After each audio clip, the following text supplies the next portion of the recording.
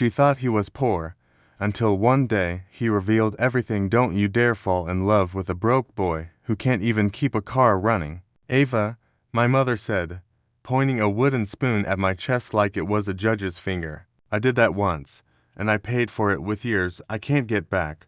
The pot on our stove bubbled, filling our small Bronx apartment with the smell of tomato and garlic. The window rattled when the 6 train roared by. I sat at the table with my nursing books open, my scrubs still on from my shift at Lincoln Hospital, my phone face down because I didn't trust myself to not check it every 2 minutes. Outside, on the fire escape, Mateo smoked and sang off-key to some old love song. Mom kept stirring like her arm could beat back the world. He brings you street tacos and smiles.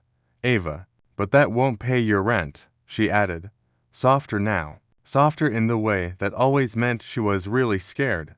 Evan isn't just tacos and smiles, I said, trying not to sound like a teenager. He helped Mr. Ortiz get to dialysis last week when the bus was late. He fixes Ms. Luna's busted door for free. He lives out of a backpack Mom cut in. He wears the same black hoodie every day. He works nights at the bodega and days doing deliveries. He is kind.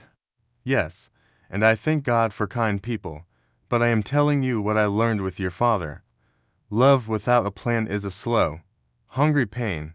Her words hit me in the place where I kept numbers and shame. The light bill shoved with a magnet under a pizza flyer on the fridge. The rent email with all caps. The bank app I was afraid to open. I thought of Evan's laugh though, the way it slid under my ribs and made room for air. I thought of how he waited outside Thea at midnight with a hot cocoa because he knew I hadn't eaten. I thought of the way he listened when I talked about school like my dreams were a real place I could walk to. My phone buzzed on the table, face down, like it had a heartbeat. I didn't need to turn it over to know it was him. He always texted the same way, quick and warm. I'll be by after your shift. Got empanadas? Tell your mom I brought extra. Mom saw the way my eyes flicked to it and shook her head. You want to be a nurse, she said, her voice the tired kind again. You want to save people. Start by saving yourself. Don't build a future on someone else's promises when all you can see are their pockets. I'm not marrying him, I said, but my voice didn't sound sure. We're just seeing each other. You don't just see with a heart like yours, she said. Your heart doesn't do just, it jumps. I didn't answer. I got up to set out plates and took a breath I hoped sounded normal. In the hall, footsteps came closer, and a soft knock sounded on the door. Mom raised an eyebrow like, see, and I rolled my eyes because I wasn't ready to admit she was right about anything yet. I opened the door to Evan's lopsided smile, a paper bag warm in his hands, his dark hair messy, his hoodie zipped even though it was only fall. Peace offering, he said. Also, best empanadas in New York, and I will fight anyone who says otherwise. We ate at our little table, his knees almost hitting mine under the wood. Mom asking careful questions like she was running a background check. He answered in that gentle way he had, kind but hard to pin down. Where are you from? Queens, mostly. What do your parents do? Different things. Not together. What's your plan? Work. Save. Build. You'll see. That last line made Mom press her mouth into a thin line. It made me feel 10 different things at once, none of them calm. When he left, he looked at me like he had something big to say and swallowed it instead. I watched him disappear down the stairs, the paper bag empty and my head full. The next morning, I found a sticky note on my books, a sketch of a small house with a flower on the window, drawn in his quick hand. Under it, he'd written, "For you and your mom, someday." I almost laughed, almost cried, and stuck it under the magnet on the fridge next to the light bill, where dreams and fear could share 1 square inch of metal. He met me after my next shift at the tiny diner on 3rd Avenue that always smelled like butter and coffee. The neon sign buzzed soft over the window. He slid into the booth across from me with 2 waters and a smile that tried to be casual and failed. You look tired, he said, searching my face like he could take some of the weight from it. How many times did someone yell at you for things you can't control today? 4, I said, laughing even though I wasn't sure it was funny. You, 3, he said. Di dropped a carton of eggs. Blamed me. Told me to pick them up faster like I broke them on purpose. He still tipped $1. We split pancakes because I couldn't afford my own and because he wouldn't let me leave without eating. He took out a small notebook, the one with a rubber band around it that he always kept in his backpack, and jotted something down between bites. You writing a book? I teased.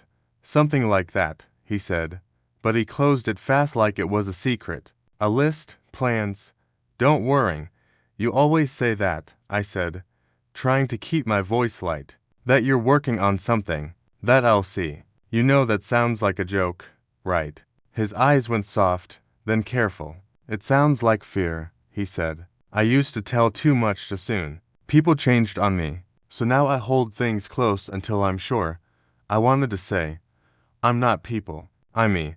You can hand me the heavy stuff and I won't drop it. I wanted to say, my mother is right and wrong at the same time, and I am scared I'm repeating her story, but also scared I'll miss the right one if I run, because I am scared. Instead, I took a sip of water and said, my landlord posted something on the door this morning. A meeting. He says there's going to be new owners and new rules soon. His jaw tightened. What owners? He asked, too fast. The paper said Harbor East Partners, I said. They bought 3 buildings on our block. He wrote exciting changes, which is New York for pack your things. He stared at the table for a long second, then back at me. Go to that meeting, he said. I'll be there. You don't even live in our building, I said. You don't have to. You do, he said, cutting in, and his voice lowered in a way that made my heart kick. Your mom does. That means I do. He asked me what room the meeting would be held in and wrote it down in that notebook. For the first time, I wondered who he really was when I wasn't looking. Not the boy on a bike with a bag and a smile. Not just the guy who smelled like coffee and rain and always tipped even when he shouldn't. Someone with a plan he didn't put on the table. I tried to shake it off. I failed. The letter on our door turned out to be true. Harbor East Partners rented the school gym for a town hall, which told us more about them than they meant it to. They stood at the front in sleek clothes and clean shoes, holding clipboards like shields. They smiled the way people smile in commercials about toothpaste. We're here to listen, the woman with the mic said. We believe in investing in neighborhoods. In people, Mr. Ortiz from down the hall called. Say people. In people, she repeated without missing a beat. We want to make this block safer and brighter. We want to help your corner stores and bring new businesses. We want to raise the bar. My mother squeezed my hand so tight I had to breathe through it. I scanned the room, heart thumping, and found Evan leaning against the wall near the back. No backpack, no hoodie, a dark jacket over a plain white shirt. His hair combed neat. It shocked me, which was ridiculous because it was just a jacket and a comb. But it felt like seeing a friend's handwriting suddenly turn into someone else's. The Harbor East man with slick hair and a pale pink tie started talking about market value and reasonable increases. The numbers on the screen made my stomach drop. 300 more a month for 1 bedrooms. 400 for 2. We'll offer relocation help to those who need it. He added like a bandage. A temporary hotel if necessary. We always make sure families are safe. You mean far? Mrs. Luna snapped. You mean in Queens where no bus reaches our jobs? You mean in New Jersey? You mean out? The man smiled with his mouth and not his eyes. We mean safe, he said. That's when someone new stepped up beside him, and the gym shifted like the floor moved. It was Evan, only not. He took the mic without asking, said thanks, David, like they knew each other, and faced us. His voice, when it came through the speakers, was his but bigger, like it had been waiting for this room. My name is Evan Hart, he said, and the last name hit me like cold water. He had never given it to me. I'm here not as a stranger, but as a neighbor. Most of you know me from the bodega and the deli and the hallway where I lend my tools. Some of you know me as the guy who brings bags of rice to church on Sundays. You do not know me as the son of Daniel Hart, who owns Harbor East Partners. You do not know that I've spent the last year buying shares and calling in every favor to take control away from him. You do not know that as of last week, I can say this without a lie, I am your landlord now. The gym did not explode. It imploded. It sucked its breath into itself and held it until the air shook. People stood, some shouting, some just staring. My mother's hand slid out of mine. She sat down like the chair had pulled her there. I stood like the ground had gone soft. You lied to us, Mr. Ortiz shouted. Fist up. You pretended to be poor. You ate in my kitchen, Mrs. Luna cried. Tears there with rage. You saw our bills. Why? My mother asked, and her voice went through him like a thin knife, because it was not a shout. Why lie and walk in our shoes if you could afford a plane? Evan Hart closed his eyes like he'd expected to be hit and took it anyway. Because I did not want to be my father, he said when he looked up again. Because the day I told him I wanted lower rents and longer leases, he laughed and told me to grow up. Because the day I said I wanted to know our tenants, he called them numbers and said numbers do not need names. Because I left his office that day and I walked to your block, and I saw kids playing in hydrant water and mothers carrying groceries up 5 flights because the elevator never worked, and I could not stomach making money off your pain and pretending it was good business. You could have told us, my mother said. You could have told my daughter. His eyes moved to me like he could not help it. I felt the whole gym tilt toward that look. I was afraid, he said simply. I was afraid she would look at me and see him. I wanted at least one person to see me, not my name.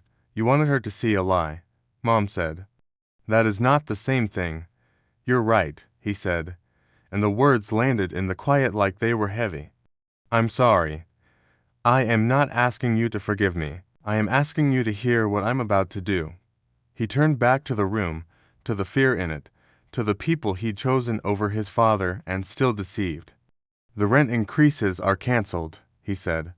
Not reduced, canceled, in this building and the 2 next to it.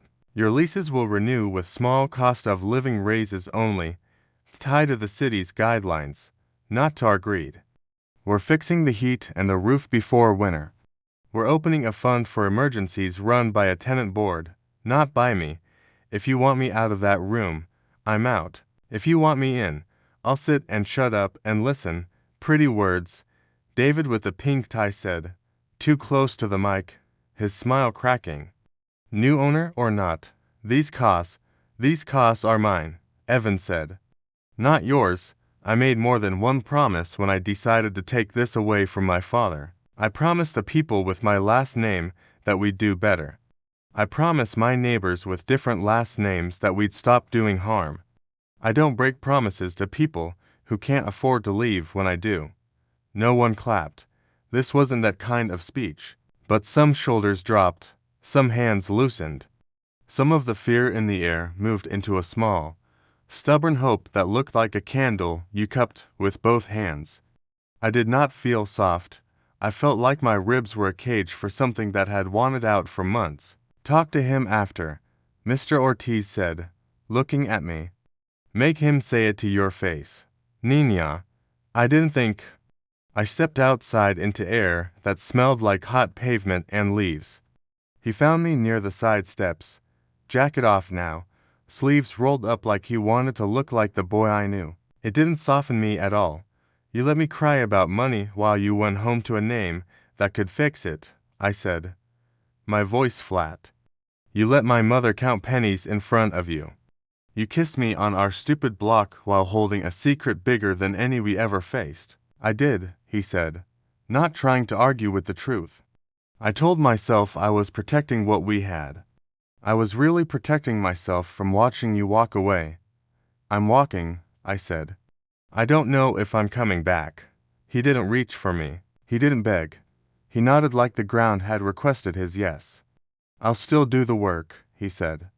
Whether you ever talk to me again or not, I owe you that. I owe all of you that. The days after that meeting felt like a long emergency room shift without the part where the doctor finally comes in. People asked questions in the hall. The elevator still stuck on 3. The hot water still ran cold at dumb hours. But men in boots came more often, with checklists and tools and orders that read now, instead of someday. Flyers went up by the mailboxes for a tenant board. My mother went to the first one and sat in the front row, arms folded, questions ready. She told me, if he is going to try to be a new kind of landlord, he needs a new kind of tenants too, and it was the closest thing to Mercy had heard from her since that night. Evan did not text. He sent one email to the building list with dates for repairs and phone numbers that worked. He sent a letter by mail because Mr. Ortiz said real paper feels real. He thanked us for yelling because yelling is proof you're still fighting. He wrote, I am not asking for trust. I am promising to earn it. I tried to hate him fully. I failed halfway every time I thought of him bringing empanadas and sitting with my mother like her stories were gold. I worked extra shifts and fell asleep on the train and dreamed of names on paper. My friend Donnie from the pressed a cupcake into my hand and said, Girl, pick a simple man next time, and I laughed until I had to sit down. I did, I said when I could talk. He just turned into a complicated one. One morning, I opened the front door to find a small box with my name on it. My stomach clenched because I did not want to owe him anything I hadn't asked for. Inside were for smoke detectors, still in plastic, and a note on a torn piece of brown bag that said, For your floor. The old ones are trash, no strings. Tenant board approved. I checked with Mrs. Luna because I am my mother's daughter and nothing was going to sneak in here again. We voted for it, she said. We're making him do everything in the open. Come tonight. When I went to that meeting, the gym felt different. People wore their regular shoes and their regular faces. Evan sat on a metal folding chair at the side. No jacket, no mic, a yellow legal pad on his lap like a student. When people asked for receipts, he passed the folder. When someone called him son by accident, he let himself smile like he had been hungry for that word in that tone his whole life. My mother raised her hand and asked for a long-term lease plan with numbers anyone could understand, and he said, I brought 3 drafts. You tell me which one makes sense to your kitchen table. I saw then the thing I had not let myself see. He was not just making speeches. He was putting his name on boring, hard, decent fixes and letting a room full of people who had learned to expect nothing decide the order. After, I found him by the old trophy case with cracked glass. I didn't know what I wanted to say until it slipped out of my mouth. What was your father like when you were little? I asked, and even I was surprised to hear those words. He let out a breath that sounded like he'd been holding it since he was 10. Big, he said, and gone. I used to sit under the table when he took calls just to hear his voice. He loved winning.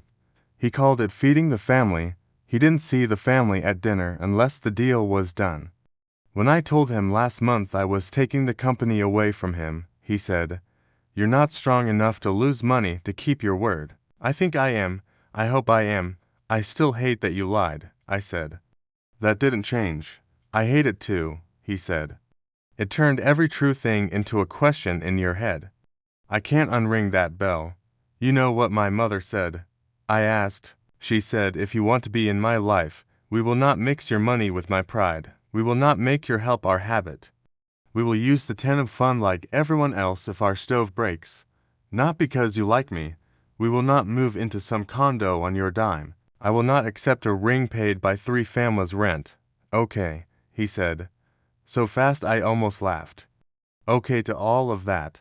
If we ever get that far, I want you to know exactly what account the ring comes from and why. No games. No magic money. And if you never want any of it, I'll walk beside you with empty pockets and a full toolbox. That night I did not invite him in. I didn't text him later. I put my head on my mother's lap while she watched her shows and felt, for the first time since the meeting, like the ground under us was not about to vanish. Sometimes the price of staying who you are is saying no to the easy thing. Sometimes it is saying yes to the hard one and carrying it like a brick until it becomes your wall. Summer came with heat that made the blacktop shine. The scaffolding went up on our building, and men in hard hats swore in 2 languages while carrying new windows up 5 flights. Evan worked with them when he showed up, his hoodie traded for a faded Philly shirt, his soft hands getting new blisters and old calluses. I caught him once balancing on the top of a ladder to scrape peeling paint off a fire escape. Face set in a stubborn line I recognized from my own mirror. "Get down," I yelled from the window. "You're not dying on my fire escape because you're trying to impress us. I'm trying to not let it fail inspection," he called back. He obeyed anyway, climbing down slow. When his feet hit the ground, he looked up and gave me a grin I pretended not to feel. I studied for the NCLEX and worked night shifts and joined the tenant board. We fought over paint colors and bullied supply companies into delivering on time and learned the names of workers who had not been treated like humans at our door in years. In one meeting, David from the pink tie showed up and tried to talk about long-term value extraction. Evan stared at him until the man tripped over his own words and left early. After, Evan said, "You can fire a person from a job. It takes longer to fire them from a mindset." My father, who had moved to Brooklyn after the divorce and kept a distance like it was a hobby, had a heart scare in July. I was on a double shift when Mom called crying. "They took him to Methodist," she said. "They say he's stable." I don't know what that means. I ran so fast I left my bag in a supply closet. Evan met me at the doors like he had been waiting there the whole time. He didn't bring flowers or promises. He handed me water and let me lean on him while the doctor explained blockages and plans. He found a Spanish-speaking nurse for my mother without making a show. He sat, hour after hour, in the hard chair next to me and watched me breathe. At 3 in the morning, my father opened his eyes and saw Evan first. "You that boy who fixed my sink with a fork?" he croaked. "Yes, sir," Evan said softly. "Hi, I'm Evan." My father stared at him, then at me, then at the monitor like it would tell him if this was a bad dream. "You still the landlord?" he asked. "I am," Evan said, steady. "And I'm sorry for not telling you who I was sooner.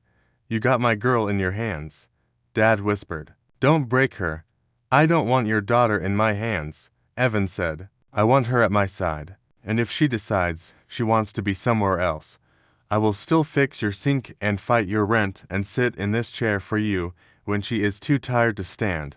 My father closed his eyes. A tear slipped out. "Okay," he said. "Okay then." On the way home at sunrise, my mother linked her arm through mine and squeezed. "He showed up," she said simply. "Not with money. With himself." It was the closest thing to a blessing I was going to get for a while, and it felt like a door unlocked inside my chest. I met Evan that night on our stoop. The scaffolding cast long shadows down the block. Kids drew chalk hearts on the sidewalk. Sirens wailed far away like always. He sat 2 steps below me, elbows on knees, like he didn't want to be taller than me even by accident.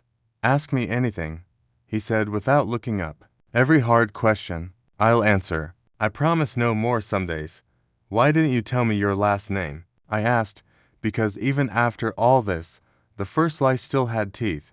"Because I didn't want to watch your face change," he said quietly. "Because I had become a person I liked with you, and I was afraid that person would vanish if you knew my name." That was cowardly. I chose the short comfort of hiding over the long work of being known. "I won't make that choice again."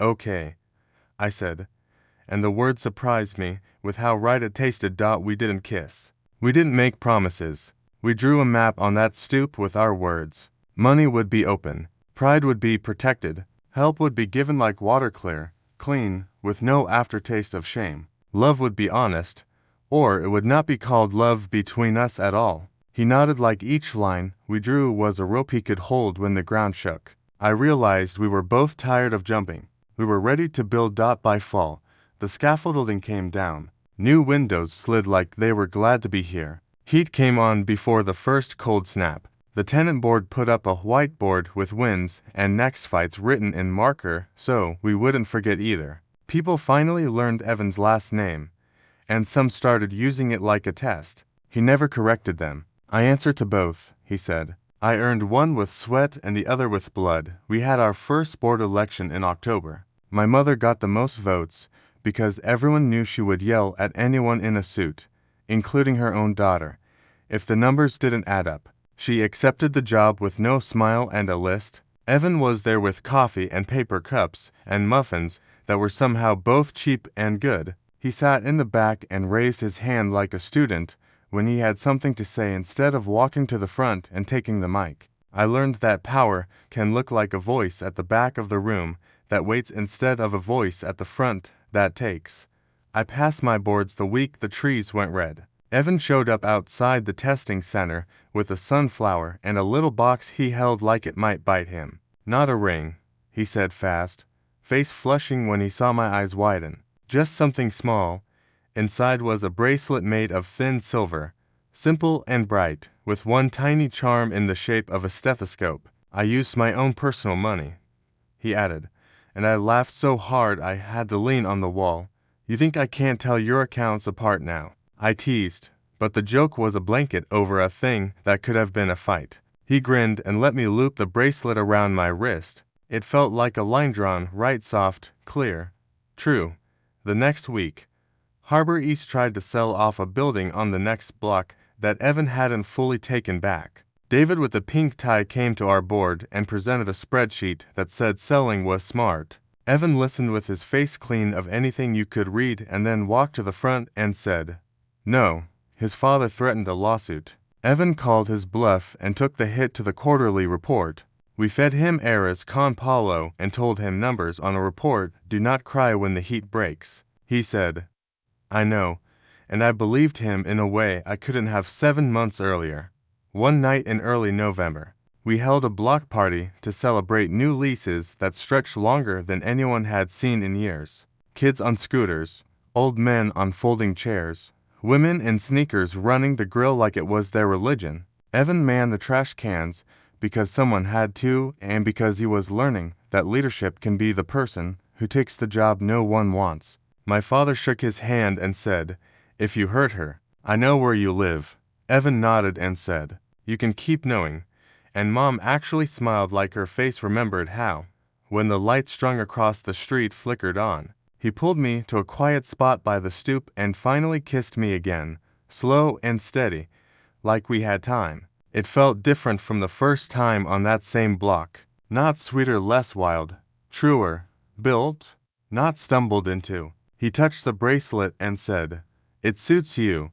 I touched the small scar on his wrist and said, "So does this life." We didn't move in together. We didn't set a date.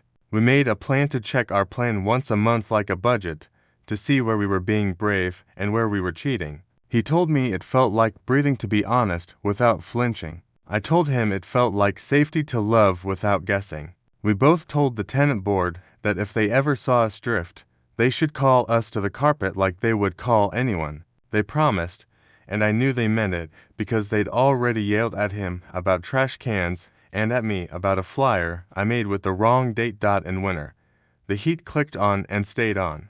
The city felt less like it was trying to push me off its back. I put my scrubs on in the dark and did the work I'd wanted to do since I was small and thought Band-Aids were magic. Evan paid a bill late and apologized to the board before anyone noticed. My mother taped our new lease to the inside of the cabinet where we keep the tea and looked at it every morning like it was a prayer answered with ink. My father stopped warning Evan about hurting me and started asking him for advice about a leaky faucet that wasn't leaky at all. Evan showed up twice a week for dinner and washed the dishes without turning it into a show. When the new windows fogged from steam, I wiped them clear and saw my block in the glass and my future in the room and felt, not for the first time, the wild simple truth of the thing we had learned the hardest way. Love that hides nothing has a better chance of holding everything.